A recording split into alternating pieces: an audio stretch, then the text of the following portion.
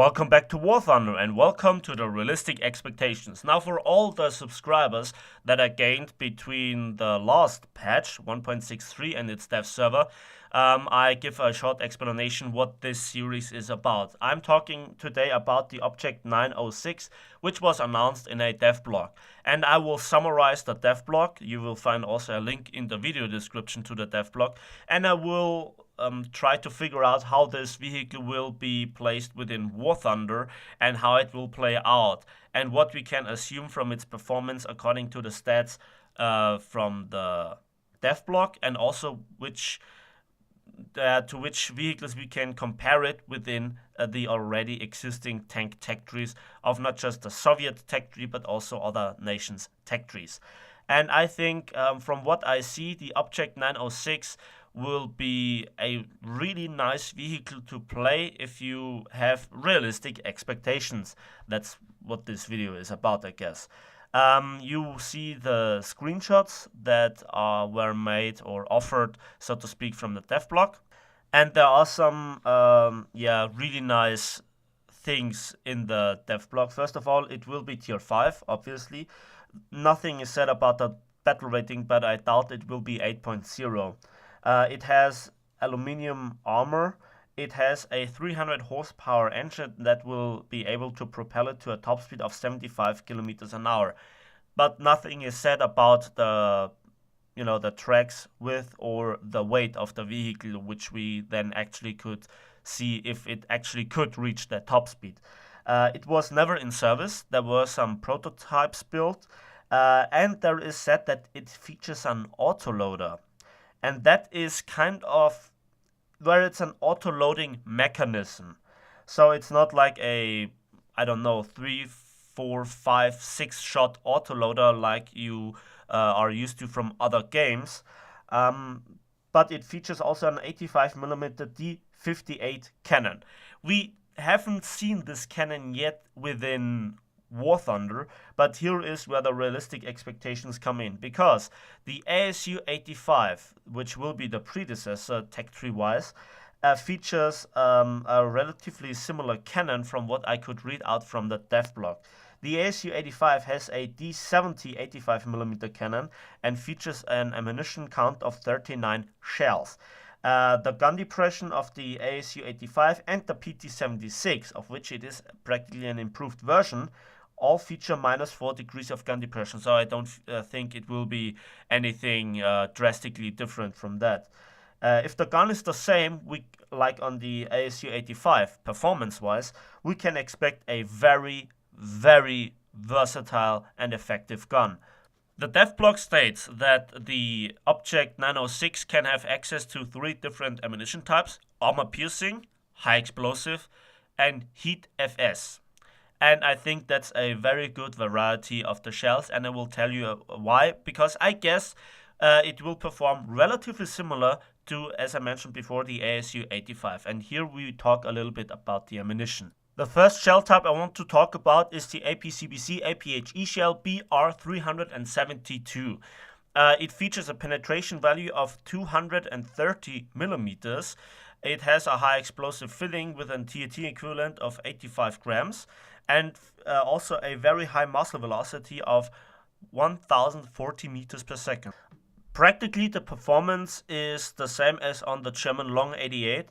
About the high explosive filling, while it feels like being 25 grams less of TNT equivalent, or according to the stat card, it seems like it produces a really, really big fragmentation pattern that is also able to kill crews a long distance away from the explosion location.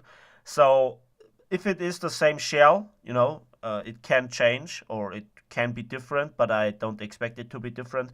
We will see here one of the best APHE shells in the game for this caliber. Second shell type is the OF372 high explosive shell.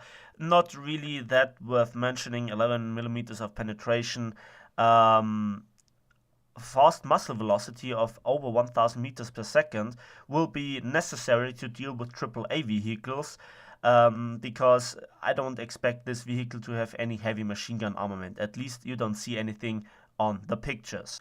The third and final shell is the 3BK7 HeatFS shell, and it has a muzzle velocity of 925 meters per second, which is not bad, but is not that good compared to other HeatFS shells.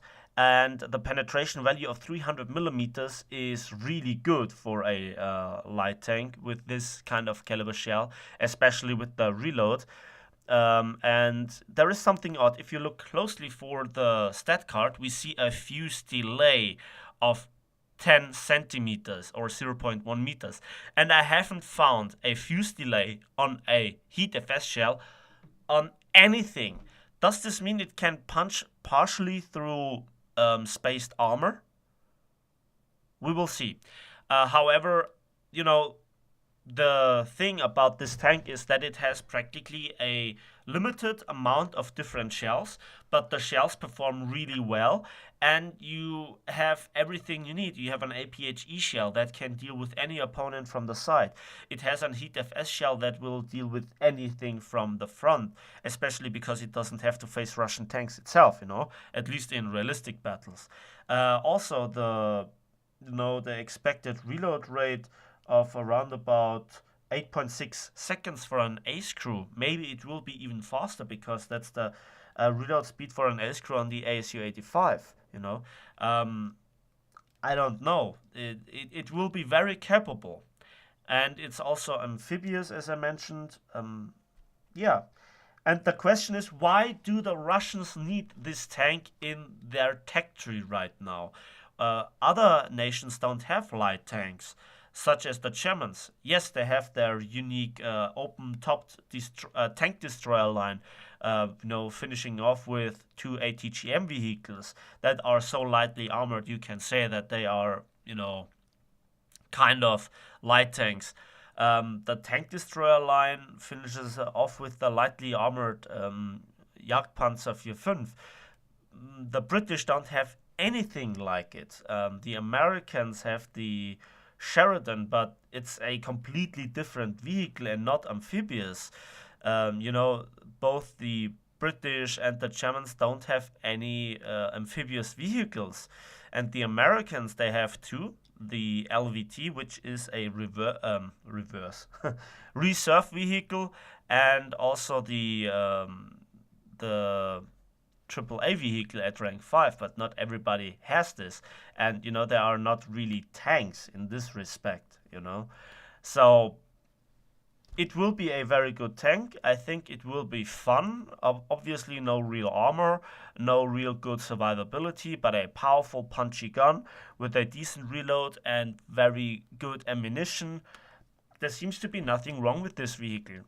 And I think that's it for today. Thanks for watching. Thanks for listening. Let me know in the comment section what you think about it. Give this video a like if you did. And subscribe if you want to see more. And we'll see each other on the battlefields of War Thunder.